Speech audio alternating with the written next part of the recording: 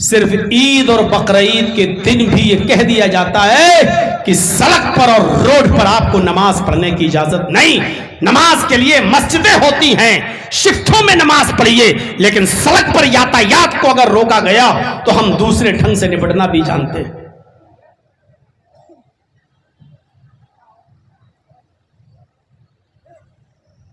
یہ سب راجنیتی میں ہوتا ہے. ہو افسوس اس بات کا نہیں ہے, افسوس اس بات پر ہوتا ہے کہ ایک دھرم کا چولا اوڑھ کر, دھرم کا لبادہ اوڑھ کر, دھرم کا لباس پہن کر اور دھرم کے نام پر بنا ہوا وہ آدمی اس بات کو کہتا ہے, تب تکلیف ہوتی ہے کہ آپ کس دھرم کا پرچار کر رہے ہیں. ہمارے دھرم کا اصول سنیے, ہمارے مذہب کا اصول سنیے. ہمارا مذہب عدل و انصاف کے لیے کتنا سخت قانون بناتا ہے. کہتا وَلَا يَجْرِمَنَّكُمْ شَنَآنُ قَوْمٍ عَلَىٰ أَلَّا تَعْدِلُوا. آئے مسلمانوں, تمہیں کسی قوم کی دشمنی اس بات پر آمادہ نہ کر دے کہ تم ان کے ساتھ انصاف نہ کرو. کسی بھی مذہب کا ہو, کسی بھی دھرم کا ماننے والا ہو, اگر وہ حق پر ہے تو اسی کے فیور میں بات کرنا, اسی کے بارے میں بولنا. انصاف کا تقاضا یہ ہے کہ جو سچا ہو اسی کے بارے میں بات کرنا. ابھی ایک ہندو کا ایک مسلمان کا جھگڑا میرے پاس آ جائے, ہمیں قرآن یہ کہتا ہے کہ جرجیس یہ مت دیکھنا کہ یہ مسلمان ہے, اس کے خلاف ہم فیصلہ نہیں کریں گے. یہ دیکھنا ان دونوں میں سچا کون ہے, ان دونوں میں حق پر کون ہے, ان دونوں میں دلائل کے اعتبار سے مضبوط کون ہے. فیصلہ تم اس کے حق میں کرنا جو عدل پا رہا ہو, جو اس کا مستحق ہو. اسلام کی تاریخیں بھری پڑی ہیں. حضرت علی خلیفہ ہے, خلیفہ, حضرت علی خلیفہ ہے, خلیفہ, مالک ہیں اپنے شہر کے. غور کیجئے گا, حضرت علی کا ہی بنایا ہوا قاضی ہے جس کا نام ہے قاضی شریح. قاضی شریح کو قاضی بنانے والی ہستی خود حضرت علی کی. انصاف کا تقاضا دیکھیے, حضرت علی کی نظر ایک یہودی کے اوپر پڑتی ہے. کیا دیکھتے ہیں کہ یہودی کے پاس جو زرہ ہے, زرہ, یہ تو میری زرہ ہے, میری زرہ کھو گئی تھی, اس کو کیسے مل گئی؟ زرہ جو ہوتی تھی لوہے کی زرہ ہوتی ہے, جنگ کے موقع پر اس کو پہن لیا جاتا تھا تاکہ دشمن جب تیر پھینکے تو وہ تیر جسم پر نہ لگے, اس زرہ پہ آ کے لگ جائے. تو وہ لوہے کی زرہ ہوتی تھی جس سے سینہ زخمی نہیں ہوتا تھا, لوگ اوپر سے پہن لیا کرتے تھے لوہے کی اس زرہ کو. تو حضرت علی نے اس یہودی کے ہاتھ میں زرہ دیکھی, اس یہودی سے کہا اے یہودی یہ زرہ تو میری ہے, تیرے پاس کہاں سے آ گئی؟ اس یہودی نے کہا اے علی آپ جھوٹ بول رہے ہیں, یہ زرہ میری ہے. اچھا غور کرو, جس نے کبھی زندگی میں جھوٹ نہ بولا ہو اور اس کے منہ پر آپ اچانک کہہ دیں کہ تم جھوٹ بول رہے ہو, اس کو کتنا غصہ آئے گا. آپ مجھے چڑھا رہے ہیں. اس یہودی نے کہا علی آپ جھوٹ بول رہے ہیں, یہ زرہ میری ہے. حضرت علی نے کہا اس زرہ کو میرے بیٹے پہچانتے ہیں, میرا غلام پہچانتا ہے. اس یہودی نے کہا آپ جھوٹ بول رہے ہیں, یہ زرہ میری ہے. حضرت علی نے کہا نہیں دو گے؟ اس یہودی نے کہا نہیں دوں گا. حضرت علی نے کہا ٹھیک ہے پھر میں عدالت سے لے لوں گا, میں کورٹ میں تمہارے خلاف مقدمہ دائر کروں گا. حضرت علی خلیفہ ہیں لیکن اس کے باوجود چاہتے تو ایک اشارہ کرتے اور لوگ اس یہودی سے زرہ چھین کر حضرت علی کو دیتے اور اس یہودی سے کہتے کمینے تو علی کو جھوٹا کہہ رہا ہے, شرم نہیں آتی, خلیفہ کو جھوٹا کہہ رہا ہے, امیر المومنین کو جھوٹا کہہ رہا ہے. لیکن حضرت علی نے کسی کو نہیں اکسایا, کہا میں عدالت سے زرا لے لوں گا, مقدمہ تیرے خلاف دائر کروں گا, کیونکہ میرے پاس گواہ ہے, میرا بیٹا اس زرا کو پہچانتا ہے, میرا غلام اس زرا کو پہچانتا ہے, لہذا یہ زرا تو میری ہے, عدالت سے مجھے مل جائے گی. حضرت علی نے مقدمہ دائر کر دیا اس یہودی کے خلاف کہ اس یہودی کے پاس میری زرا ہے, وہ یہودی میری زرا نہیں دے رہا ہے. نوٹس پہنچ گیا یہودی کے پاس, آؤ. یہودی کٹگرے میں کھڑا ہے. قاضی شرح نے حضرت علی سے کہا ہے کہ مدعی آپ ہے, دعویٰ آپ نے کیا ہے, آپ بتائیے آپ کی پرابلم کیا ہے. حضرت علی نے کہا قاضی صاحب اس یہودی کے پاس ایک زرا ہے جو اب بھی وہ لے کر آیا ہے, اسی زرا کے بارے میں میری بحث ہے. یہ زرا میری ہے لیکن یہ میری زرا دینے سے انکار کر رہا ہے, میں چاہتا ہوں کہ یہ میری زرا دے دے. اب حضرت قاضی شرح نے اس یہودی سے کہا, اے یہودی تم اپنی صفائی میں کچھ کہنا چاہتے ہو. دیکھیے جج کے سامنے بھی کتنی مشکلیں ہوتی ہیں. اے یہودی تم اپنے صفائی میں کچھ کہنا چاہتے ہو. اس یہودی نے اس بھری کوٹ میں, بھری عدالت میں پھر کہا قاضی صاحب امیر المومنین جھوٹ بول رہے ہیں, یہ حضرت علی جھوٹ بول رہے ہیں, میری زرا کو اپنی زرا بتا رہے ہیں, یہ زرا میری ہے ان کی نہیں ہے. اب قاضی نے فیصلہ کیا کیا دیکھیے آپ, حضرت علی کو زرا نہیں دے دی. حضرت علی سے کہا اے علی تم کہتے ہو یہ میری زرا ہے, یہودی کہہ رہا ہے یہ میری زرا ہے, دعویٰ تم نے کیا ہے کہ یہ زرا میری ہے, اس لیے ثبوت تمہیں پیش کرنا پڑے گا, ثبوت تمہیں پیش کرنا پڑے گا کہ یہ زرا تمہاری ہے, لہذا اپنے زرا ہونے کی گواہی کے لیے کوئی گواہ پیش کرو. حضرت علی نے جھٹ سے اپنے بیٹے کو کھڑا کر دیا اور بیٹے نے گواہی دی, قاضی صاحب میں حضرت علی کا بیٹا حسن ہوں اور میں گواہی دیتا ہوں کہ اس یہودی کے پاس جو زرا ہے یہ میرے ابو کی زرا ہے, یہ حضرت علی کی زرا ہے, یہ میرے باپ کی زرا ہے. قاضی شرح نے جب حسن کی یہ گواہی سنی تو حضرت علی کو دیکھتے ہوئے فوراً ٹوک دیا اور کہا امیر المومنین ہوں گے آپ اپنے گھر کے, آپ خلیفہ ہوں گے اس عدالت کے باہر, لیکن آپ کو اتنا بھی نہیں معلوم کہ یہ کورٹ ہے, یہ عدالت ہے, اور شریعت اسلام یہ کہتی ہے کہ باپ کے حق میں بیٹے کی گواہی قابل قبول نہیں ہے. آپ کی گواہی آپ کا بیٹا دے رہا ہے, شریعت کی روشنی میں آپ کی گواہی آپ کا بیٹا نہیں دے سکتا ہے, کیونکہ بیٹے اکثر باپ کے فیور میں بولتے ہیں, لہذا بیٹے کی گواہی نہیں مانی جائے گی. اے علی آپ کے بیٹے کی گواہی نہیں مانی جائے گی, کوئی دوسرا گواہ لے کر آؤ. بھری عدالت میں اور سن لے وہ لوگ جو آج مذہبی کارڈ کھیلتے ہیں, ہر جگہ جو ہندو مسلم کا راگ کلاپتے ہیں, وہ دیکھ لیں اسلامی حکومت موجود ہے لیکن حضرت علی کے گواہ کی گواہی نہیں مانی جا رہی ہے. یہاں تو سارے اپنے شعبے بٹھا دیے گئے ہیں, شطرنج کی چال پہ سارے پتے اپنے پھینک دیے گئے ہیں. انصاف ملے تو کہاں سے ملے, پورا زخم تو ہمارا تم نے چھلی کر دیا ہے, اب مرہم رکھو گے تو کہاں رکھو گے میرے بھائیوں, اب زخم تلاش کر رہے ہو, پورا جسم تو ہمارا چھلی ہے. حضرت علی نے کہا قاضی صاحب میرے پاس دوسرا گواہ بھی موجود ہے. انہوں نے اپنے غلام کو پیش کر دیا. حضرت علی کے غلام قمبر نے گواہی دی, قاضی صاحب میں علی کا غلام ہوں اور یہ گواہی دیتا ہوں کہ یہ زرا میرے مالک کی ہے, حضرت علی کی ہے. قاضی شرح نے ٹوکتے ہوئے کہا کہ تم امیر المومنین کے غلام ہو. کہا شریعت میں مالک کی گواہی غلام اگر دیتا ہے تو غلام کی گواہی بھی قابل قبول نہیں ہے، کیونکہ غلام اپنے مالک کے ہی فیور میں بولے گا، وہ اپنے مالک کے خلاف نہیں بول سکتا، کیونکہ اس کو اپنے مالک کا ڈر رہتا ہے۔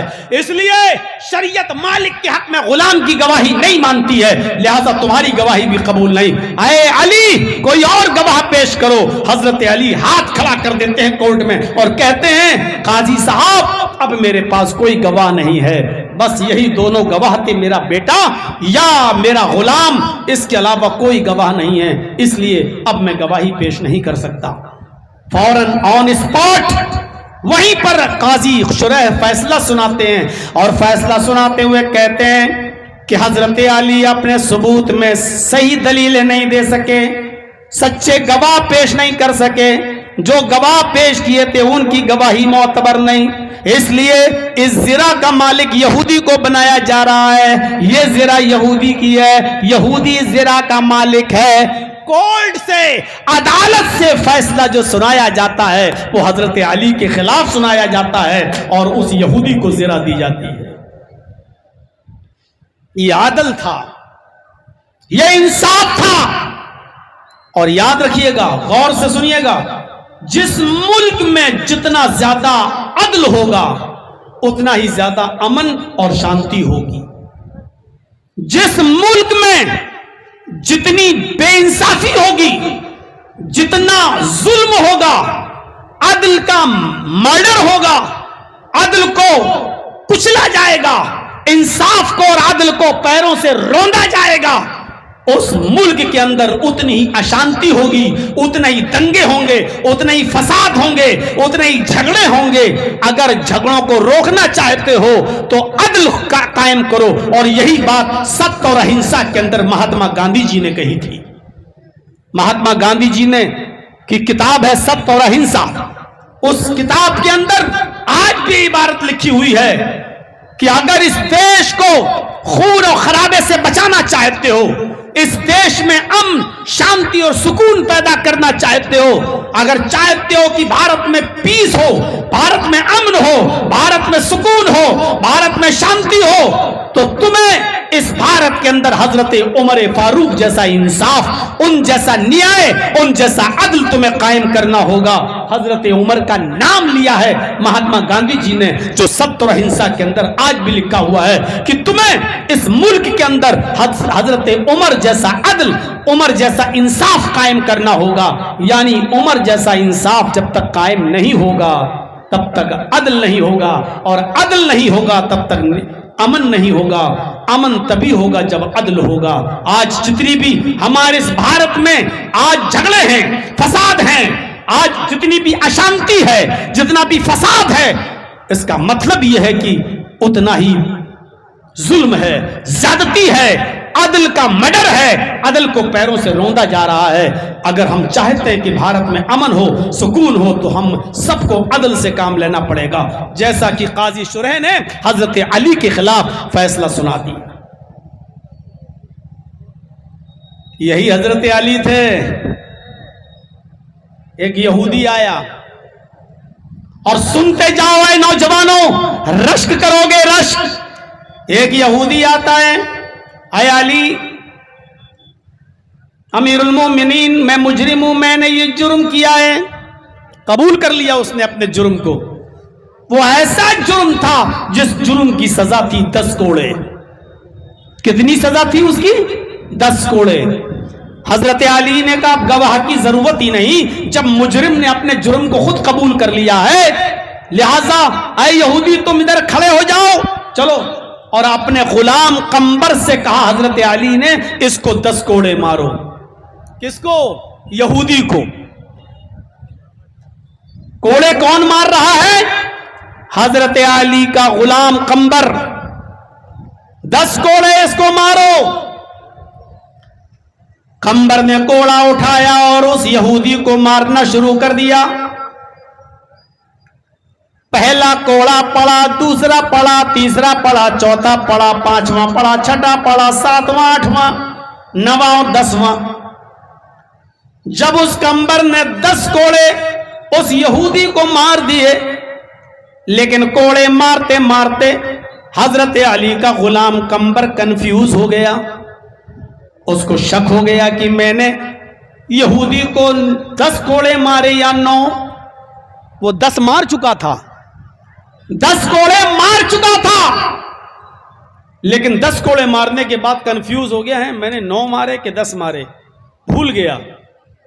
تو اس نے سوچا کہ شاید 9 ہی مارے ہوں گے، اٹھایا اور 1 کوڑا اور مار دیا. اب کتنے کوڑے ہو گئے؟ 11. مارنا کتنا تھا؟ 10 کوڑے مار چکا قمبر. 10 کوڑے مارنے کے بعد کنفیوز ہو گیا میں نے 10 مارے کہ 9 مارے. نہیں 9، شاید 9 ہی مارے. اٹھایا 1 اور جڑ دیا. یہودی نے کہا امیر المومنین میرے اوپر ظلم ہوا ہے، آپ کے غلام قمبر نے مجھے 11 کوڑے مارے ہیں، 1 کوڑا زیادہ مار دیا ہے.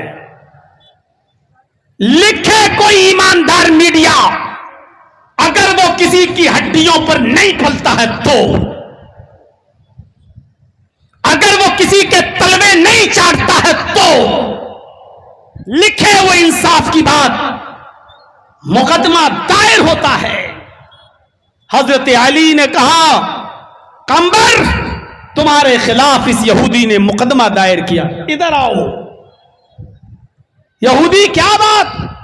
کہا آپ کے غلام نے مجھے 11 کوڑے مارے ہیں جبکہ اس جرم کی سزا 10 کوڑے تھی.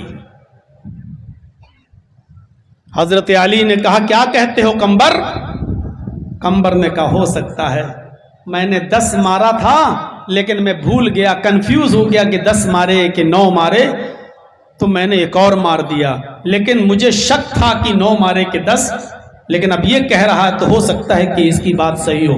یاد رکھیے گا جب کسی کو 2 مہینے 3 مہینے 10 مہینے کی سزا ہو جائے 1 سال کی، اور جیل میں اگر وہ ڈال دیا جائے تو قیدی اپنے دن بڑے غور سے گنتا ہے. آج 60 دن ہو گئے، 61 ہو گئے، 62 ہو گئے، 63 ہو گئے، 64 ہو گئے، وہ ایک دن گنتا رہتا ہے، کبھی کبھی گھنٹے بھی گنتا رہتا ہے.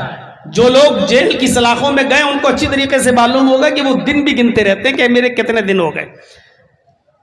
اس کو سزا مل رہی تھی تو یہ گن رہا تھا، مارنے والا کنفیوز ہو گیا، لیکن جس کو کوڑے مار رہا تھا وہ گن رہا تھا کہ مجھے کتنے کوڑے پڑ رہے ہیں، 1 2. اس امام سے پوچھو بیچارے سے جو عید کی نماز پڑھاتا ہو، مقتدیوں کو کیا، مقتدیوں کو تو بس اللہ اکبر اللہ اکبر کہنا پڑتا. اس امام سے پوچھو جس کو بیچارے کو 7 بار کرنا ہو، کبھی کبھی انگلی پہ ہاتھ رکھ لیتا ہوگا، اللہ اکبر اللہ اکبر پھر اللہ اکبر.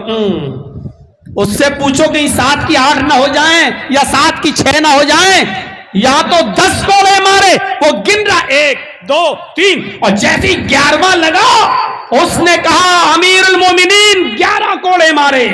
حضرت علی نے کہا قمبر کیا کہتے ہو؟ اعتراف کر لیا، ہو سکتا ہے 11 ہو گئے ہوں، مجھے شک تھا.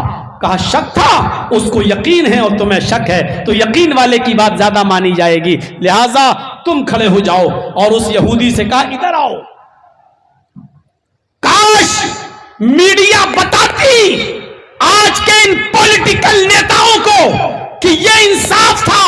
حضرت علی نے اس یہودی کو کوڑا دیا اور کہا کہ یہودی اس نے 1 کوڑا تیرے جسم پر مارا ہے زیادہ، یہ کوڑا پکڑ اور جتنی زور سے اس نے تجھے کوڑا مارا تو بھی میرے غلام قمبر کو 1 کوڑا مار دے،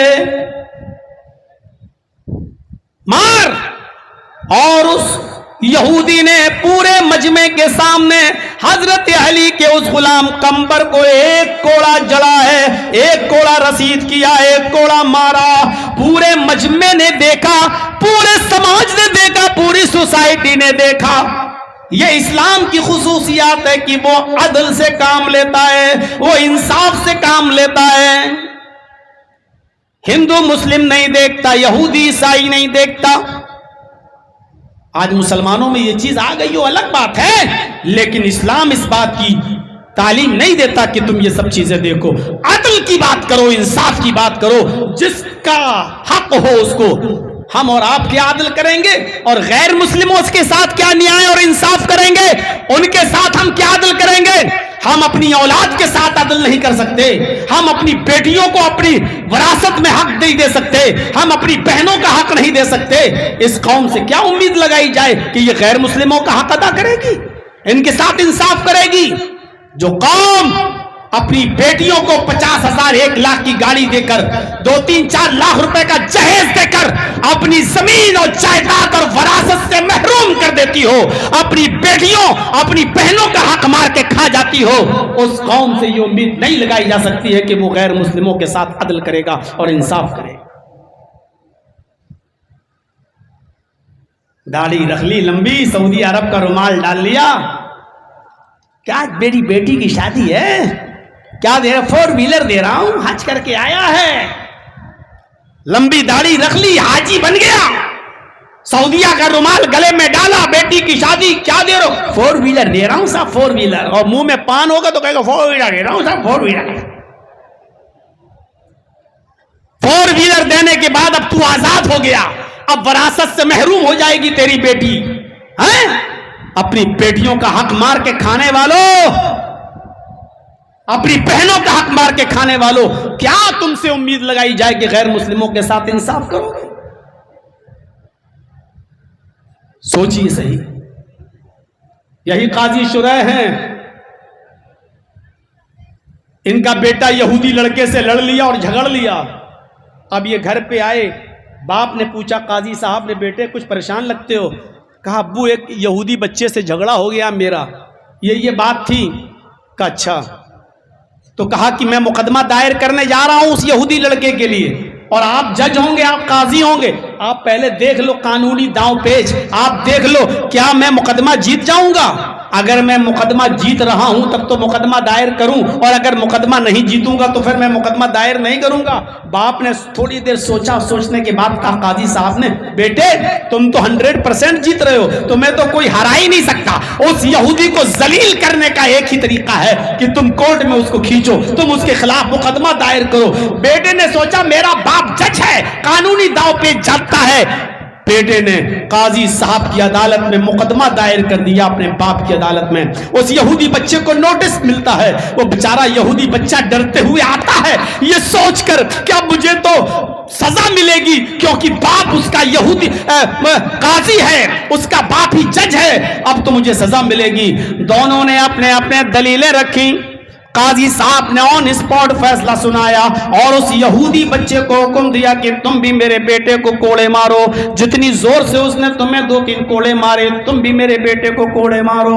بھری عدالت میں سب کے سامنے اس یہودی بچے نے قاضی شریح کے بیٹے کو کوڑے لگائے۔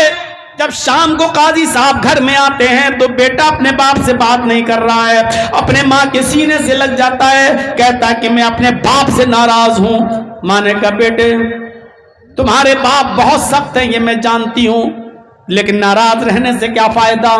ادھر باپ کی آنکھوں میں آنسو ہیں قاضی شریح کے، وہ اپنے بیٹے کو پکڑ کے سینے سے لگانا چاہتے ہیں، لیکن بیٹا کہتا ہے کہ دور ہٹ جاؤ، میں تم سے بات کرنا گوارا نہیں کرتا، بھرے مجمع میں تم نے آج مجھے ذلیل کر دیا ہے۔ قاضی شریح روتے ہوئے کہتے ہیں میرے بیٹے قسم ہے اس ذات کی جس کے قبضے میں میری جان ہے، تو مجھے بڑا پیارا ہے، تو مجھے بڑا محبوب ہے، لیکن آج اس بات کی گواہی میں دیتا ہوں کہ میں جس کرسی پر بیٹھا ہوں اس پر انصاف کرنا مجھے تجھ سے بھی زیادہ محبوب ہے، عدل کرنا اور انصاف سے کام لینا مجھے تجھ سے بھی زیادہ وہ پیارا ہے۔ میں آج تیری آنکھوں سے آنسو دیکھنا گوارا کر لوں گا اور تیری نفرت کو جھیلنا گوارا کر لوں گا، لیکن آج کی یہ نفرت اور آج کی یہ آنسو اس دن کے آنسوؤں سے بہتر ہوگا جس دن کوئی کسی کا پرسان حال نہیں ہوگا اور نفسا نفسی کا عالم ہوگا۔ میرے بھائیوں قاضی شریح اپنے بیٹے کے خلاف فیصلہ سناتے ہیں اور یہودی بچے کو اپنے بیٹے کو کوڑا مارنے کا حکم دیتے ہیں۔ یہ عدل اور یہ انصاف صرف اسلام کی تعلیمات میں ہی ملے گا۔ اسلام کی تعلیمات میں اگر عدل ہے اور انصاف ہے آج بھی تو مجھے بتاؤ بھجن اونچی آواز میں گائے جا سکتے ہیں،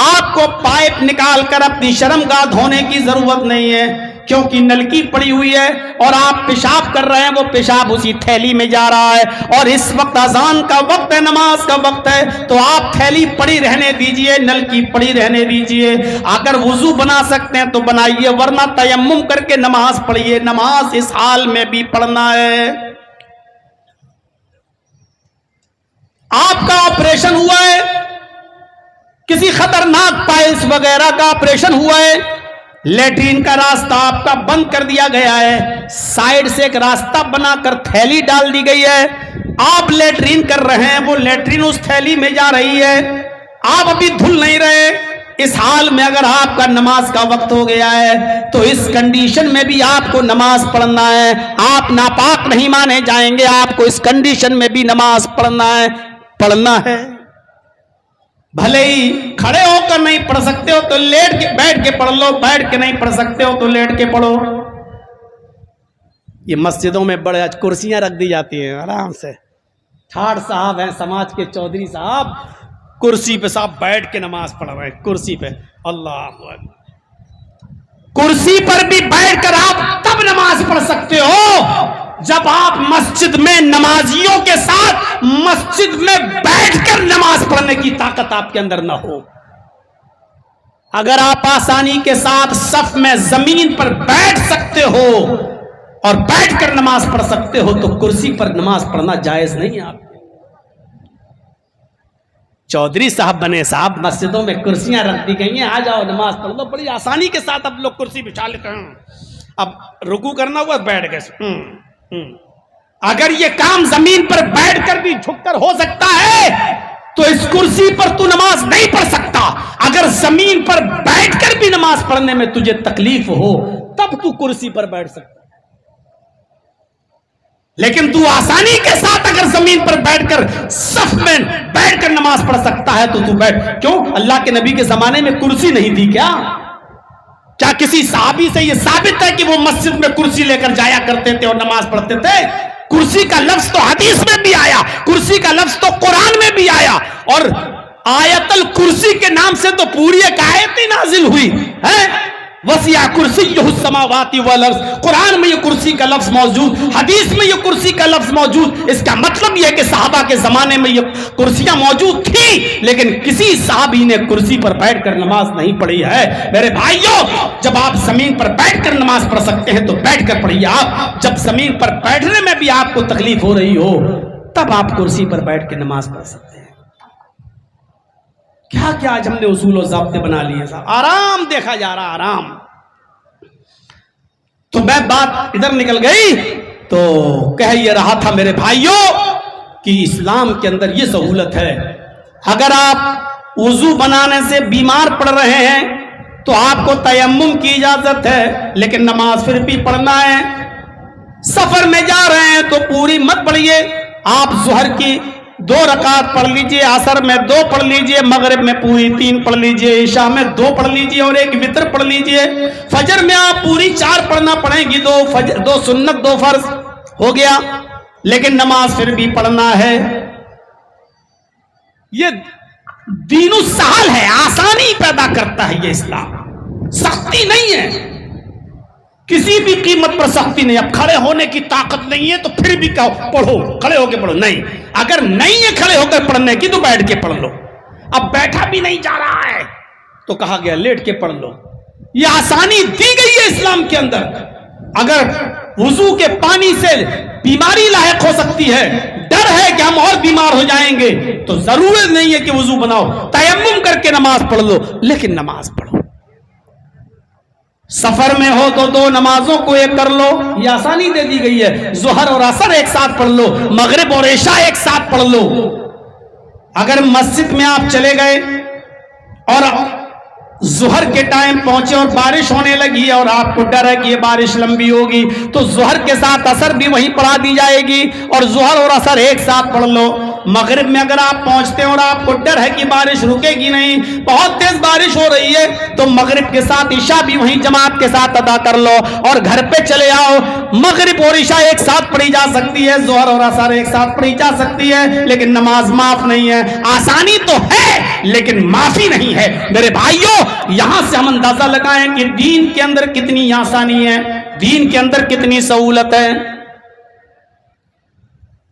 وہ واقعہ آپ نے 50 بار ہماری تقریروں میں کہیں نہ کہیں سنا ہوگا کہ اتنی آسانی کہ ایک صحابی اللہ کے نبی صلی اللہ علیہ وسلم کے پاس آئے اور آ کر کہنے لگے، اے اللہ کے نبی میں تو ہلاک ہو گیا، میں تو برباد ہو گیا۔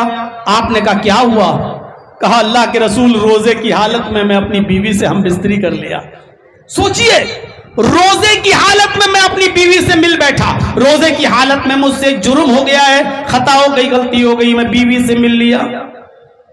اللہ کے نبی نے کہا اچھا، فرض روزہ تھا وہ، بیوی سے مل لے ہو، کہا کفارہ ادا کرو۔ کہا کیا ہے کفارہ؟ آپ نے کہا ایک غلام آزاد کرو۔ اس نے کہا اللہ کے نبی پوری زندگی مجھے دوسرے کی غلامی کرتے ہوئے ہو گئی، میں کہاں سے غلام خرید کر لاؤں اور آزاد کروں؟ میں تو خود غریب آدمی ہوں، میں غلام آزاد کرنے کی طاقت نہیں رکھتا۔ آپ نے کہا پھر بھی بچو گے نہیں، تمہارے لیے دوسرا آپشن بھی ہے۔ کہا کیا؟ فرمایا دوسرا آپشن یہ ہے، اگر غلام آزاد کرنے کی طاقت نہیں ہے تو 60 روزے رکھو مسلسل، پے در پہ، کنٹینیو، شہرین متتابعین۔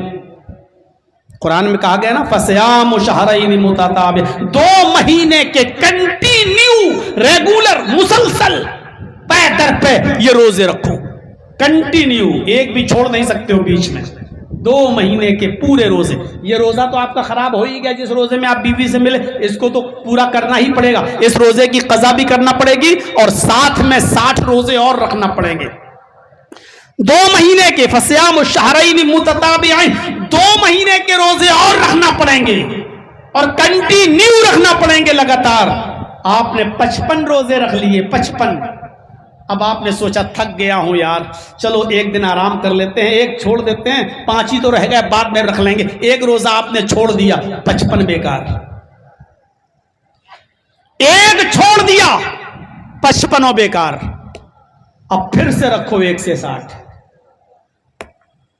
ہاں، بلا عذر چھوڑا تو، اگر کوئی بیماری ہو گئی، عذر، بخار آ گیا، ڈاکٹر نے منع کر دیا کہ نہیں اب تم روزہ نہیں رکھ سکتے ہو، اگر کسی عذر کی وجہ سے روزہ چھوڑ رہے ہو تو چھوڑ سکتے ہو، جتنے ہو گئے اس کو مان لیا جائے گا اور اس کے بعد جب تم صحیح ہو جاؤ تو جو باقی بچے وہ بعد میں پورا کر لو، اگر عذر کی بنیاد پر چھوڑ رہے ہو تو۔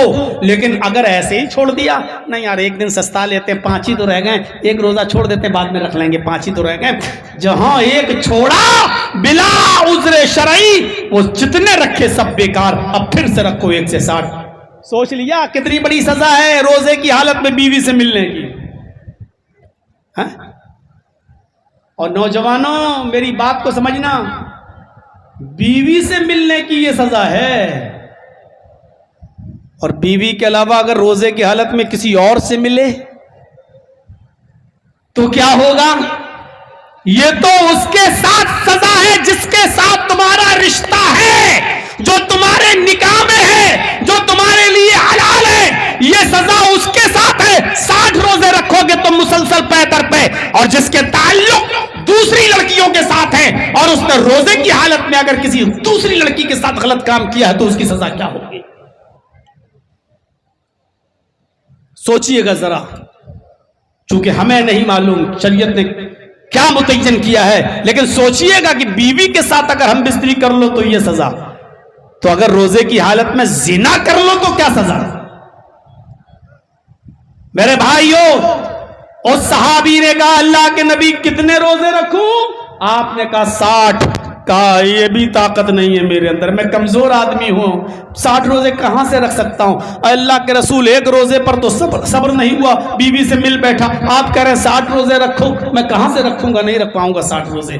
آپ نے کہا تو پھر ایک اور آپشن ہے، وہ آپشن یہ ہے کہ تو 60 مسکینوں کو، فقیروں کو، محتاجوں کو کھانا کھلاؤ، 60 مسکینوں کو یہ تو آپ کے اوپر ڈیپینڈ کرتا ہے. 60 کو ایک ساتھ بلا کر کھلا دو, کھلا دیا, جاؤ اپنی بیوی کے پاس, بیوی حلال. نہیں, 60 کو کھلانے کی طاقت نہیں ہے, ایک ایک کر کے کھلا سکتے ہو تو ایک ایک کر کے کھلاؤ. 60 دن کھلانا پڑیں گے, لیکن جب تک 60 مسکین پورے ہو نہیں جائیں گے تب تک آپ بیوی سے مل نہیں سکتے. 10 کر کے 6 دن کھلا دو, 6 کر کے 10 دن کھلا دو, 60 کو ایک ساتھ کھلا دو, یا ایک ایک کر کے 60 دن میں 60 کو کھلا دو. لیکن جب تک 60 مسکین پورے ہو نہیں جائیں گے بیوی آپ کے اوپر حلال ہوگی نہیں.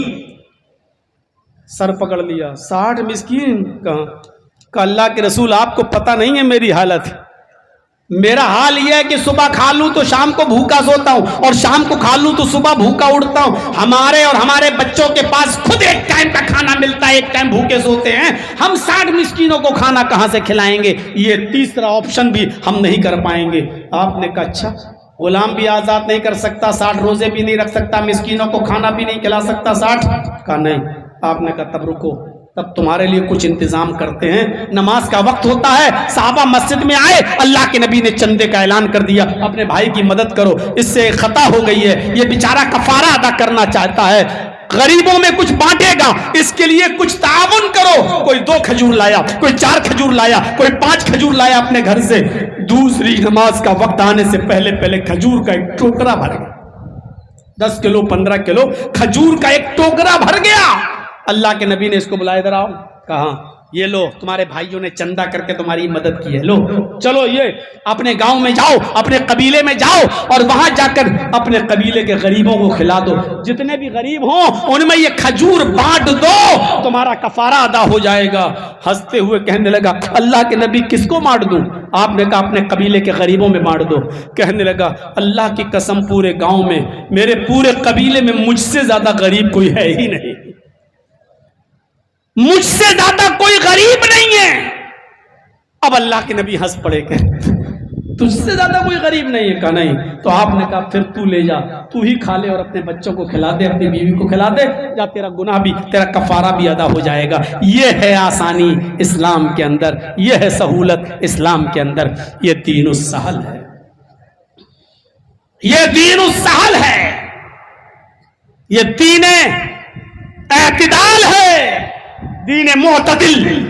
ایسا اعتدال ہے اس کے اندر, نہ بہت زیادہ سختی ہے نہ بہت زیادہ نرمی. وضو کے لیے پانی شرط ہے, وضو بناؤ, لیکن اتنی سختی نہیں ہے کہ پانی پورے علاقے میں نہیں مل رہا ہے تو 20 روپے کی پانی کی بوتل خریدو بسلری کی اور اس سے وضو بناؤ. اتنی سختی نہیں ہے. پانی نہیں مل رہا ہے تو تیمم کر لو. زکات فرض ہے, لیکن یہ کہا گیا ہے کہ اگر تمہارے پاس استطاعت ہے تو 7.5 تولے سونا اور 52.5 تولے چاندی, یہ آپ کا نصاب ہے, اس کے برابر آپ کے پاس رقم ہے اور 1 سال گزر چکی ہے تو آپ کے اوپر زکات دینا ہے. زکات یہ اسلام کے ارکان میں ایک بہترین رکن ہے. زکات مسلمان پر فرض ہے, لیکن یہ نہیں کہا گیا کہ تیرے پاس جب استطاعت ہی نہیں ہے تو اپنا گھر مکان بیچ کر زکات دے. یہ نہیں کہا گیا کہ کسی کے گھر میں چوری کر کے لا لیکن زکات دے. اگر تیری استطاعت نہیں ہے تو تیرے اوپر زکات فرض بھی نہیں ہے. اعتدال دیکھیے, حج ہر مسلمان پر فرض ہے زندگی میں ایک بار, لیکن یہ بھی کہہ دیا گیا ان استطاعت الیہ سبیلا, اگر وہاں تک جانے کی طاقت ہے تمہارے اندر تو. لیکن یہ بھی ہے کہ اگر وہاں تک جانے کی طاقت نہیں ہے, استطاعت نہیں ہے, تو یہ نہیں کہا گیا کہ جس دکان پر بیٹھ کر تم اپنے روزی روٹی کماتے ہو اور اپنے بیوی بچوں کا پیٹ پالتے ہو تم اس دکان کو بیچ کر حج کرنے جاؤ. یہ نہیں کہا گیا کہ تم جس کھیت میں اناج اور غلہ بو کر کاشتکاری کرتے ہو اور غلہ اناج بیچتے ہو تم اپنا کھیت بیچ کر حج کرنے جاؤ. یہ نہیں کہا گیا. میرے بھائیوں, یہ اسلام دین معتدل ہے. حج فرض تو ہے, لیکن جانے کی طاقت ہو تو, گھر بیچ کر نہیں, دکان بیچ کر نہیں, کھیت بیچ کر نہیں.